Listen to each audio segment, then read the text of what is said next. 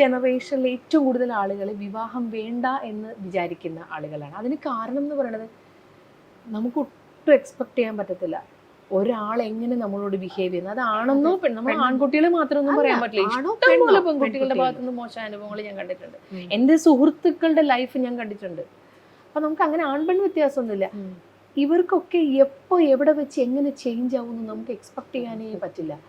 ഇത് ഇവർക്ക് യാതൊരു ലൈഫിനോടൊരു എത്തിക്സ് ഇല്ല.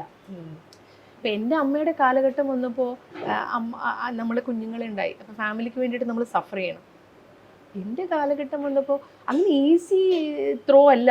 നമുക്കതിനെ അങ്ങനെ പെട്ടെന്ന് സ്നേഹിച്ച് കല്യാണം കഴിച്ചാലും മാരേജിനാണെങ്കിലും നമുക്കങ്ങനെ പബ്ലിക്കിനെ നമ്മൾ നോക്കും, നമ്മുടെ ലൈഫിനെ നോക്കും. നമുക്ക് ഇനി കല്യാണം കഴിഞ്ഞ് കഴിഞ്ഞാൽ ഒരു കൺസെപ്റ്റ് എന്ന് പറയുന്നത് അച്ഛനും അമ്മയൊന്നുമില്ല, ഇനി നമ്മൾ തനിച്ചാണ്, അല്ലെങ്കിൽ നമ്മളിങ്ങനെ എവിടെയോ ആയിപ്പോയി എന്നൊക്കെ ഒരു ഫീൽ ഉണ്ടായിരുന്ന കാലഘട്ടമാണ്. ഇപ്പോഴത്തെ കുട്ടികൾ വെൽ എഡ്യൂക്കേറ്റഡ് ആണ്. ഇനി അച്ഛനും അമ്മയും കയറ്റിയില്ല, ബന്ധുക്കൾ വിമർശിച്ചു, സമൂഹം വിമർശിച്ചു, അവർ പോയി ഒറ്റയ്ക്ക് സന്തോഷമായിട്ട് ജീവിക്കും. അവർക്കതിനുള്ള ഒരു കോൺഫിഡൻസ് ഉണ്ട്. ഇപ്പം കുറച്ചുകൂടി വളർന്നുവല്ലോ, കാലഘട്ടം വളർന്നു, അതിൻ്റെ മാറ്റങ്ങളുണ്ട്.